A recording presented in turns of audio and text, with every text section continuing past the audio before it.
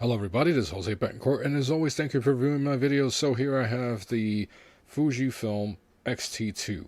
Now previously I had the Fujifilm X-T10. I never made a video about that. Then I switched over to the X-T20, which is a fantastic camera. But then I switched over to the X-T2. Now, this is going to be a brief video because I just want to go through the biggest differences that I've experienced between the X-T20 and the X-T2, and why I considered the X-T2 to be the best camera I've ever owned. I've listened and I've watched a lot of reviews on the X-T2, and when I took the plunge, I took a big risk because it is a $1,500 or $1,600 camera.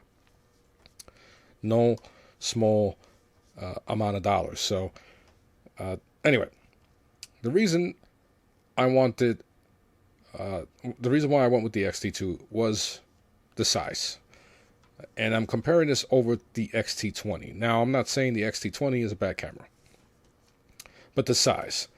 Now, I have big hands, and even this is somewhat small when compared to my Nikon D7100. And here I have a vintage lens. So I'm going to leave this here so you can see the size difference. I have big hands. So anyway, but when you compare the, I'm trying to think of the right word, but the mass of this camera, the build quality is just insane. And it's all magnesium alloy. It is built like a tank, and it is just, you have the size of a mirrorless camera, because this is what it is, and you still have that portability where when I'm walking around with it, people aren't going to notice it, at least when I'm holding it. Now, the other thing that bothered me with the X-T20 because of its size was the battery compartment. Now, over here on the X-T2, you have the battery on its own. On the X-T20, you have the battery and the memory card inserted in the same slot. Now, what's also cool about the more expensive X-T2, is that once you click it down, it locks on its own. With the X-T20, you have to lock it manually. No biggie, but when you're in a rush and you want to change batteries, it's spring-loaded, so it pops up. You pop out the battery, put a new one in, and you're done. You don't have to lock it manually and then have a situation where you forget to lock it and you go to take a picture and the battery pops out or something like that. It could happen. Okay, so I spoke about the memory card. The memory card slot is on the side, which is, and I'm here making a lot of noise, which is very reminiscent of the Nikon D7100. So you pop that once again. You have a spring-loaded door. Opens up. You pop it out. Simple. And if you notice, you have a dual card slot. That comes in handy. Slot number 1 is for your faster memory card. And you will need a faster memory card here. Now, the knobs. The reason why I wanted to get a Fuji in the first place was because of its retro design. Now, I could have gotten, I actually had an Olympus which had a very similar design, and I could have gotten a regular film camera if I wanted to be nostalgic. But the reputation of the Fuji build, Fuji Jpegs and all that, I still shoot in RAW. I wanted the whole experience of having all three main components for lighting. I wanted all of that, and I wanted the full experience. On the X-T20, you only have two of these. You have your shutter speed, your exposure compensation, and of course you have these dial knobs over here, and you can set up your ISO for one of them. You can have your aperture back here, once again depending on the lens, and your ISO. You can press one of these buttons like I did with my X-T20 and adjust your ISO. But once again, buying a Fuji camera, at least in my situation, I wanted that full experience of owning a camera where I have my ISO, my shutter speed, my exposure compensation, and then with the lens, this is a prime, a 23mm, which is amazing. I wanted, my f-stop as well. I wanted to control every aspect of my camera on command. I didn't want to hit a button. Like right now, if I put, as you can see here,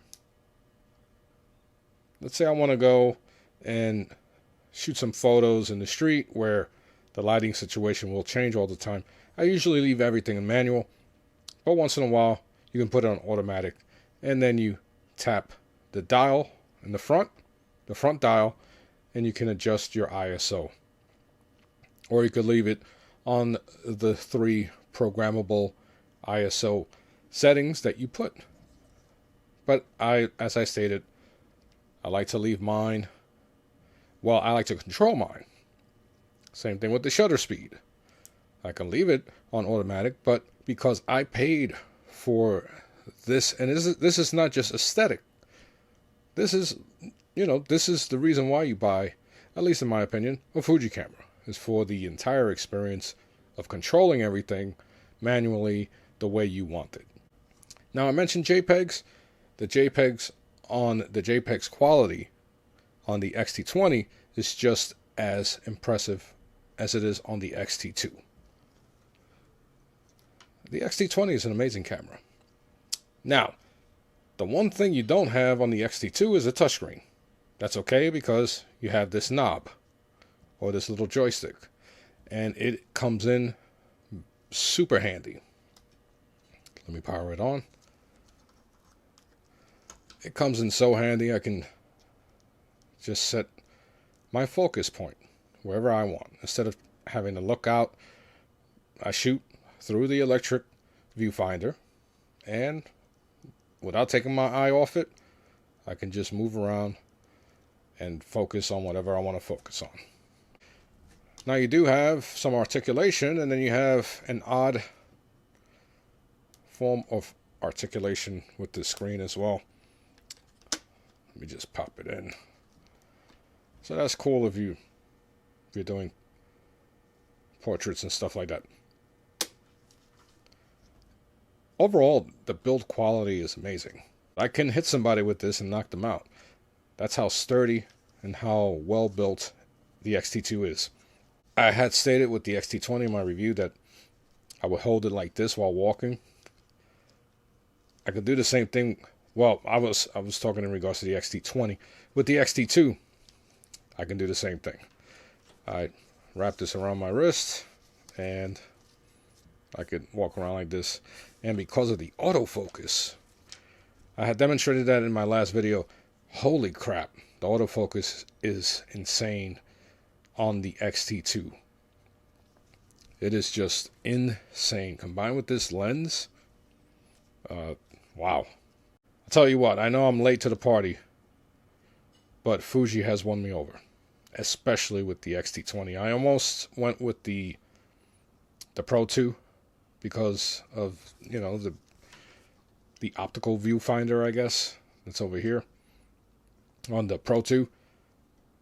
But once I got my hands on the X-T2, and of course, as I stated before, I gave him a shout out before on my channel.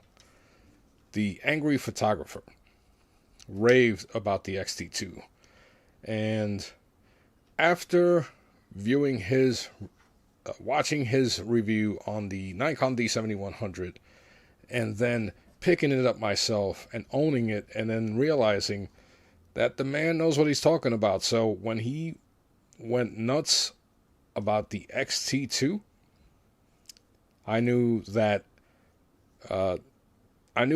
his opinion wasn't going to steer me in the wrong place. And once again, I took his advice, and I do not regret it.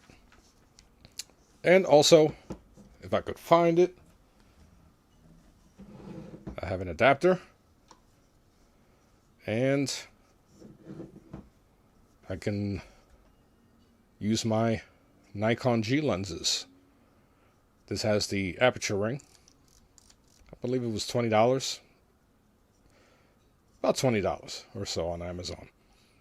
And so I have my 35mm lens. That gives me close to 50.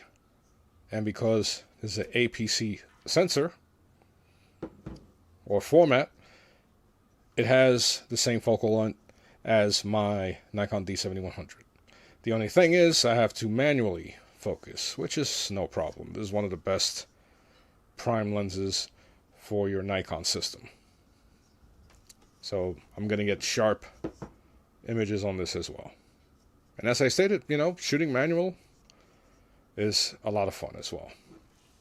So anyway, that's that. I'm Jose Betancourt. If you have the X-T2, let me know what you think about it. And until then, I'll be talking to you soon. Take care.